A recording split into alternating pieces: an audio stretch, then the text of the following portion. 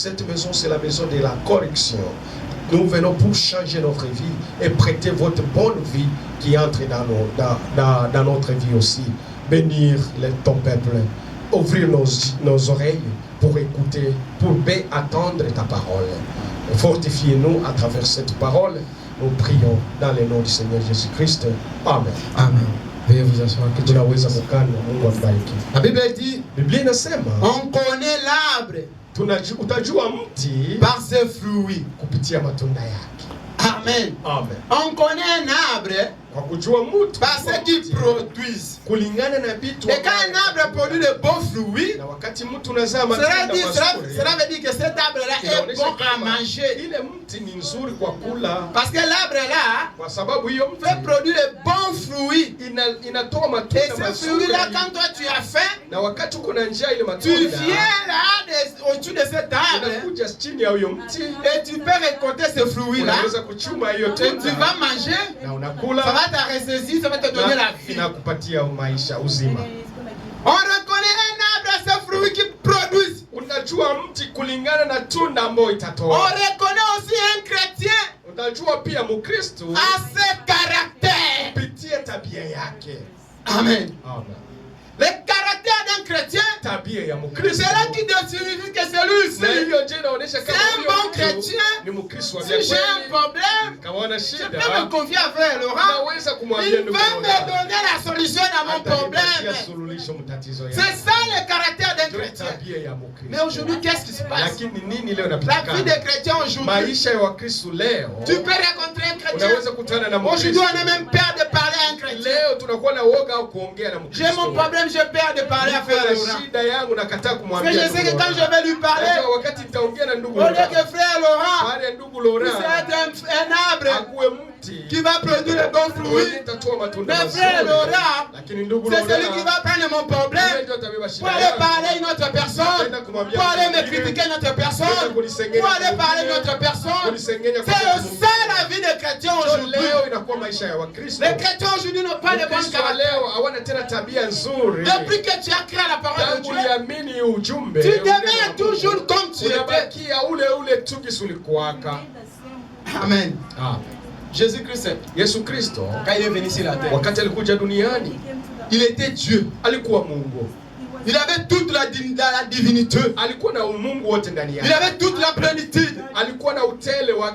Mais Jésus, avant qu'il puisse sortir pour commencer son ministère, pour commencer à ramener le champ, pour commencer à donner la vie au champ, pour montrer l'exemple que les gens doivent le suivre. Toi, tu veux que les gens puissent te suivre.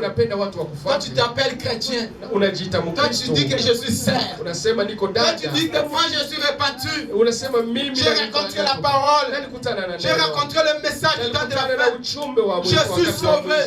Mais ton caractère, ma soeur, ton caractère, mon frère, est-ce que ton caractère a changé depuis que tu as créé la parole? Est-ce que tu as eu une nouvelle caractère ou tu demeures toujours le même? Jésus-Christ, il était Dieu. Il avait toute la puissance de maîtriser tous les esprits. Parce que ton caractère, ce sont les mauvais esprits. Le caractère que tu as dans ta vie là, le caractère que tu n'arrives pas à maîtriser, ton comportement là que tu es, c'est tellement sale. Devant ta maman, devant ton père, devant ton mari, devant ton épouse, c'est les mauvais esprits. Depuis que tu as créé la parole, toi tu as seulement une sale caractère, insupportable à la maison, insupportable dans le public, dans la communauté, ne parlons même pas. Les gens commencent à avoir même peur de toi. Que si j'ai mon problème, ne parlez pas avec cette frère, ne parlez pas avec cette sœur. Si tu lui parles, tu vas retrouver ça en Afrique. Mais comment ce problème est arrivé en Afrique? Moi j'ai parlé seulement à Laurent. Mais comment le problème s'est retrouvé en Afrique? Tu t'es confié à une mauvaise personne. personne. La personne que toi tu pensais que c'est un chrétien, il n'était pas encore converti. Depuis qu'il a cru au message, il est toujours païen. Toi tu croyais que c'est un chrétien, mais c'était toujours un païen. Parce qu'il n'a jamais été converti à lui-même. Il porte toujours ses mauvais caractères. Jésus-Christ, quand il est venu sur la terre, il savait qu'il est Dieu. Il doit être un tempère. Il doit être modèle. Qu'est-ce qu'il a fait? Il a pris le temps. Amen. Il a pris le temps de vaincre tous les démons de caractère, tous les démons des esprits mauvais. Il a pris le temps de vaincre ça. Et quand il est sorti, il était irréprochable. Amen. Et nous aujourd'hui, nous voulons être comme Jésus. Ma sœur, si tu n'es pas comme Jésus, tu n'entreras jamais au ciel. Mon frère, si tu n'es pas comme Jésus, les portes des cieux seront fermées pour toi. Nous voulons être comme Jésus. Alors nous devons avoir le caractère de Jésus. Nous devons être le modèle de Jésus. Nous devons suivre Jésus pas si bas. Maintenant quand tu t'appelles chrétien, quand tu dis que moi je suis chrétien, j'ai été baptisé, j'ai reçu Jésus-Christ dans ma vie. Mais ton caractère, est-ce qu'elles sont changées? Quand tu regardes, et celui qui n'écoute pas la parole, on trouve que c'est la même chose. On voit une sœur qui vient à l'église, un frère qui vient à l'église, et on regarde un païen. Je dis, mais c'est mieux de vivre avec ce païen que de vivre avec un chrétien. Parce que le sœur n'a pas été converti. Le sœur habite toujours avec son mauvais caractère. Son caractère est comme il est plus pire à l'église. C'est depuis à son baptême. Son caractère est devenu le plus mauvais. Il n'arrive pas à changer. Alors que la parole de Dieu dit, on reconnaît un arbre avec les fruits qu'il produit. Maintenant, quel est le fruit que toi tu produis dans ta maison, dans ton foyer? C'est frère alobiga iloba moko c'est la kama bwana yako anasoma anasema neno watu uona kwa kukumi. Hiyo lingo mwenye unataka kunionyesha juu ya kanisa, unataka kunionea. Hiyo mwenye angate kwa église. Hautanionea juu ya kanisa. Quel caractère que tu apportes ma sœur? Tabia kadi uko nayo da. Et puis à côté là il y a les enfants qui écoutent. Na pembeni yako kwa watoto biko nasikia hiyo. Frère, quand il se fâche, il oublie que c'est un chrétien. Il fait sortir tous les démons qu'elle avait quand il était encore païen. Si tu blagues là, je vais me rappeler comme je frappais quand j'étais encore au monde. Tu es encore païen, mon frère. Ou tu es un chrétien. Est-ce que tu as déjà travaillé pour ton caractère? Jésus-Christ a pris le temps de travailler pour son caractère, de travailler pour dominer tous les démons, tous les esprits, à tel point que quand il est sorti pour prêcher, quand il est sorti pour ramener les gens, il pouvait être modèle. Et c'est ce qu'il était. Quand Jésus est sorti, Jésus était modèle. Jésus était exemplaire. Jésus, quand il est sorti, il n'y a aucun esprit irréprochable. Parce qu'il a pris le temps de travailler, de dominer toutes les esprits. Ton caractère là, ma sœur, tu t'attends aussi qu'un frère vienne te marier avec ton caractère là. Tu attends aussi de t'épouser une sœur avec ton caractère là. John essaie de régler le climatiseur, ça fonctionne pas. Ton caractère là, tu attends vraiment qu'un frère puisse venir t'épouser avec le seul caractère que tu as. Depuis que tu as créé la parole, tu n'arrives pas à dominer ton caractère. Tu écoutes la parole comme tu n'écoutes pas la parole. On t'appelle frère, mais comme si c'était plus qu'un païen.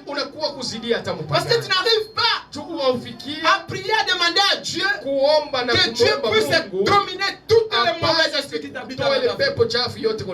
Toutes les mauvaises caractères. La méchanceté. Ça habite toujours dans ton cœur. L'orgueil. L'arrogance. Toutes les mauvais esprits. La méchanceté, ne me parlons même pas. Toi tu aimes seulement ce que toi tu veux. Ce que toi tu veux, c'est ce que tout le monde doit accepter.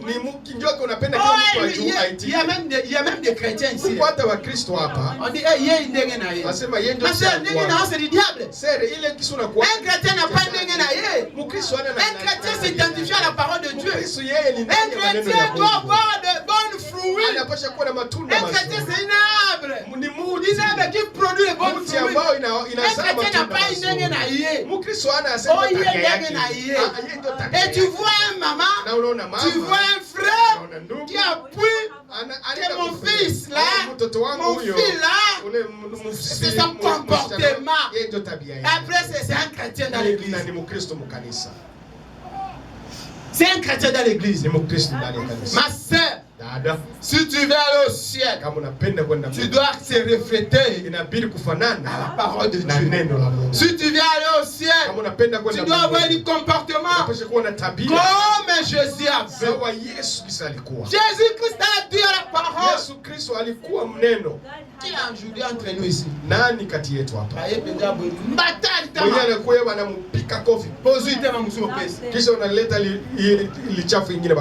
parole nous recommande. C'est ça le caractère d'un chrétien. Un chrétien, quelqu'un quand tu le regardes, tu dis je vais me confier à cette sœur. Je vais me parler mes problèmes. Je vais m'associer à cette sœur. Je crois qu'il peut m'aider. Toi tu viens à un sœur, tu viens à un frère, en croyant que ce frère peut t'aider, en croyant que cette sœur peut t'aider. Ma sœur, tu t'es trompé de l'adresse.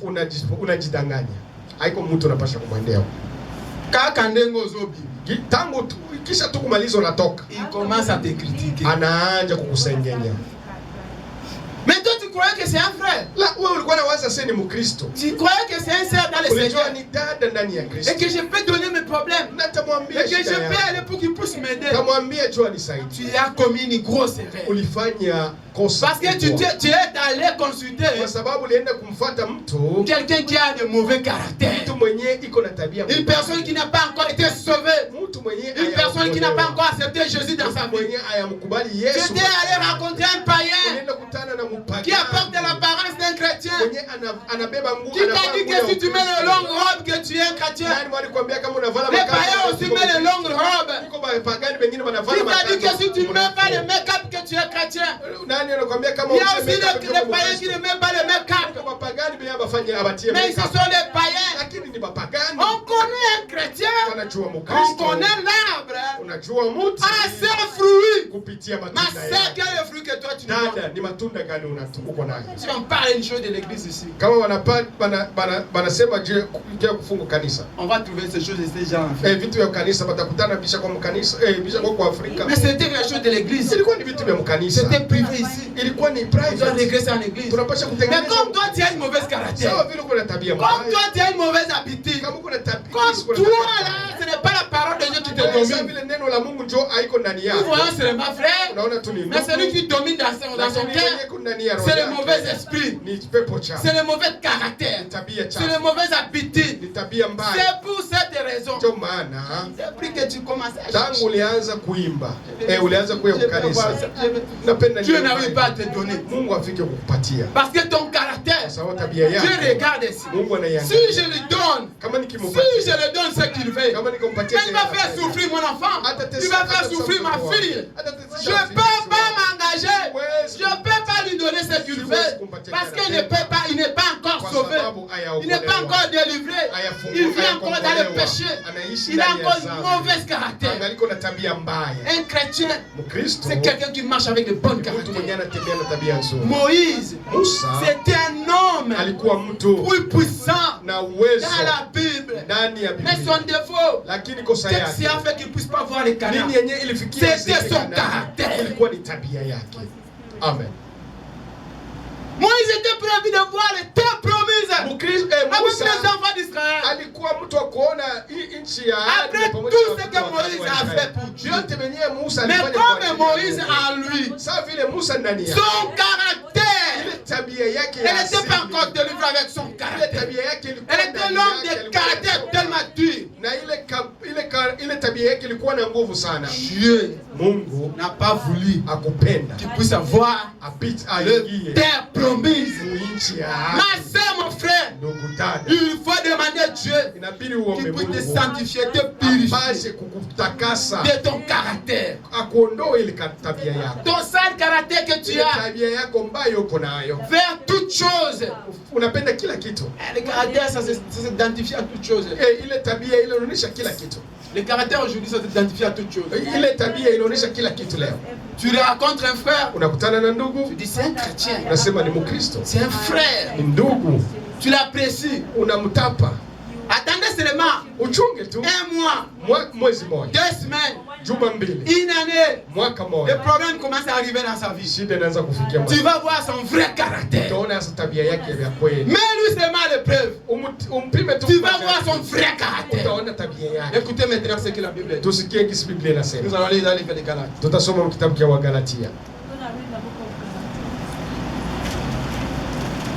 Galates 5. Galatia sura 5.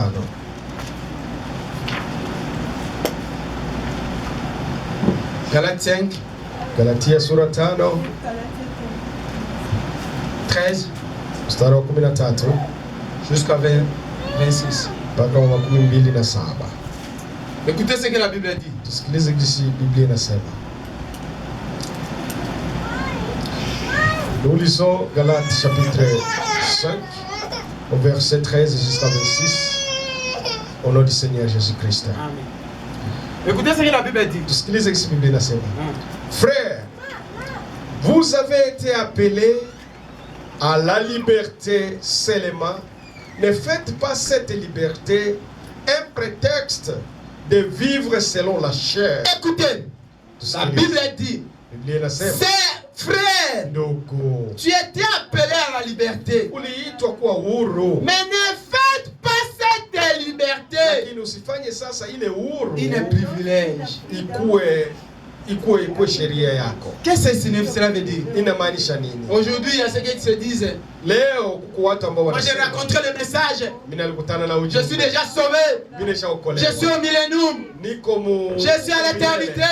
Mais tu as l'éternité avec ce caractère, ma soeur. C'est lui qui a l'éternité avec ce caractère, mon frère, qui ne respecte pas la parole de Dieu, qui n'obéit pas à la parole de Dieu, qui n'a pas la douceur avec lui, qui n'a pas l'obéissance avec lui, qui n'a pas la crainte de Dieu. Et tu dis que tu es au paradis. Celui qui est au paradis, c'est celui qui marche à la crainte de la parole de Dieu. Celui qui marche à l'insoumission de la parole de Dieu. Celui qui marche en ayant la vie chrétienne en lui. Et quand on se rencontre à la personne comme ça, je dis que ma sœur ici, elle est au paradis. Car ce fruit, ça montre qu'elle est au paradis. La vie que ma sœur mène, la vie que mon frère ici mène, c'est la vie qui montre qu'il est au paradis. Mais toi, ta vie que tu mènes est là. Le caractère que toi tu as là, la têtitesse que tu as, l'impolitesse que toi tu as, le comportement que tu as devant ton mari, devant ta femme, devant tes amis, devant tes collègues, au travail. Tu dis que tu es chrétien. Tu dis que tu es au paradis. Tu dis que tu es au millénium. Celui qui est au millénium, il n'a pas le caractère que toi tu as. C'est une autre personne qui est rachetée, qui est sauvée, qui est libérée, qui dégage la vie chrétienne, qui marche en n'allait pas avec la parole de Dieu, qui reflète la parole de Dieu, qui marche en ayant la crainte de la parole de Dieu. Quand on lui regarde, on dit, celui-ci, ce n'est pas un homme, mais c'est le Seigneur Jésus-Christ. Est-ce que toi tu as ce caractère? Ta caractère est tellement sale, ma soeur. Écoutez ce que la Bible dit. Continuez, frère. Mais rendez-vous par la charité, serviteurs les uns et les autres. Car toutefois, et toute la loi est accomplie dans une seule parole. Dans celle-ci, tu aimeras ton prochain comme toi-même. Amen. Amen. Tu aimeras ton prochain comme toi-même. Ça, c'est encore un problème. Aujourd'hui, tel que nous sommes là, disons-nous la vérité. Qui aime son prochain comme lui-même? Qui est prêt à se sacrifier pour son frère ici? Qui est prêt à se sacrifier pour sa sœur ici? Si ce n'est pas seulement tes propres intérêts que toi tu regardes, si seulement toi que tu veux, tu veux seulement toi, tu peux donner sa vie pour son frère. La Bible nous dit le bien-être universel, c'est vivre pour ta sœur, c'est vivre pour ton frère. Ici en Amérique, qui peut se priver pour donner satisfaire sa sœur? Qui? Ton caractère, ma sœur. Est-ce que tu es prêt avec ton caractère, avec ton mauvais foi là, avec la jalousie, la haine que toi tu as? Tu viens à l'église, c'est bien. Le secret de haine et de la jalousie, c'est toujours avec toi. L'église, tu viens. Nous te croyons chrétiens. Nous croyons que tu es une sœur. Mais le secret de la haine et de la jalousie habite toujours dans ton cœur. Et avec ça, tu crois vraiment que tu peux te sacrifier pour ton frère. On va seulement essayer ici. Qu'un frère vienne et dise que sœur, toi comme tu as des papiers, et que moi je suis dans une difficulté, est-ce que tu peux m'aider à faire quelque chose pour que je puisse avoir des papiers? Qui va accepter ici? Qui va pas donner les raisons? Les intérêts. Tu ne vas pas faire. Parce que tu veux vivre vraiment pour toi-même. La Bible nous dit le bien-être universel, c'est vivre pour les autres. Il y a une sœur ici qui peut dire oh, c'est la grâce de ces sœurs ici que j'ai retrouvé quand même la paix. Amen. Qui? Nani? Qui? Nani? Qui peut se sacrifier pour sa sœur? Qui peut se sacrifier pour son frère? Alors que la vie chrétienne, ça ne dépend pas seulement de toi, mais ça dépend aussi pour l'autre. Celui qui est à côté de toi, celui qui est encore faible, celui qui est encore dans les difficultés, et toi tu peux venir en aide. Qui peut venir en aide vers son frère? Qui peut venir en aide vers sa sœur? Si ce n'est pas, tu vas regarder tes intérêts. Je n'ai pas de temps de t'aider. Je serai occupé. Je n'ai pas de temps de venir te chercher. Je serai occupé. Je n'ai pas de temps. Je n'ai pas de temps. Je n'ai pas de temps. Dieu bénisse frère innocent. Qui met toujours le temps pour aller chercher le Seigneur. C'est du sacrifice. C'est le bien-être universel. Mais il vit pour les autres. Il met son énergie. Il met son essence. Il met sa voiture. Il met le manage. Pour aller te chercher pour venir écouter la parole de Dieu. Mais est-ce que toi tu peux faire ça pour lui? Est-ce que toi tu peux te sacrifier aussi pour lui? Est-ce que toi aussi tu peux t'éliminer et mettre aussi ton frère devant? Ou bien tu vas regarder seulement tes intérêts. C'est parce que ton cœur, tu es encore là. Le désir du monde, ton caractère, la haine, la jalousie qui vit encore dans toi. La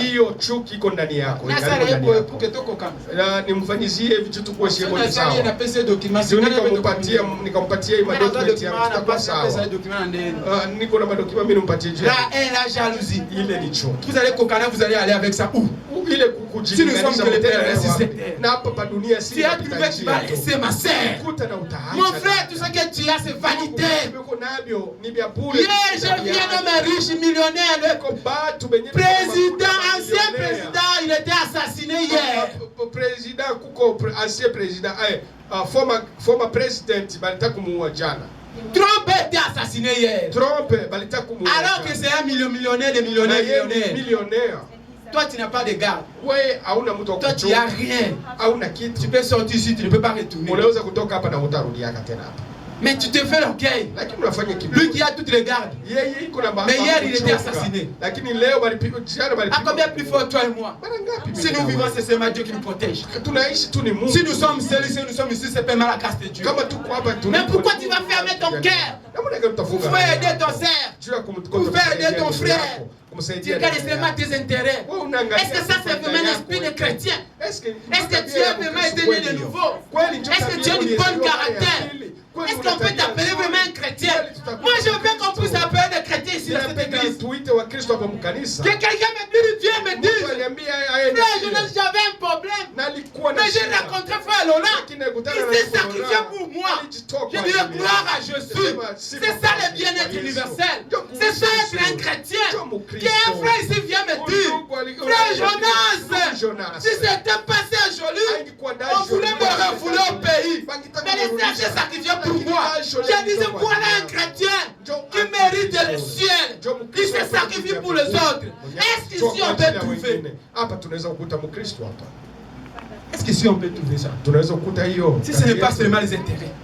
Si seulement toi, tu veux seulement toi, les ciels, pour gagner le ciel, il faut être comme Jésus. Il faut qu'on voit Jésus en toi. On ne va pas voir les robes, ma soeur, ni tes cheveux là que tu mets, ni parce que tu ne mets pas le make-up, ni parce qu'on t'appelle frère ou sœur. Non! Nous voulons voir Jésus en toi. Nous voulons témoigner Jésus-Christ en toi. Nous voulons parler de celui-ci. Alléluia, ce n'est pas une sœur. Mais celui-ci, c'est Jésus. Jésus marche avec cette sœur. Quand je vois cette frère, oh, alléluia, je glorifie Dieu. Quand je vois Jésus-Christ en toi. Est-ce que toi, tu es Jésus? Est-ce que toi, tu es Jésus?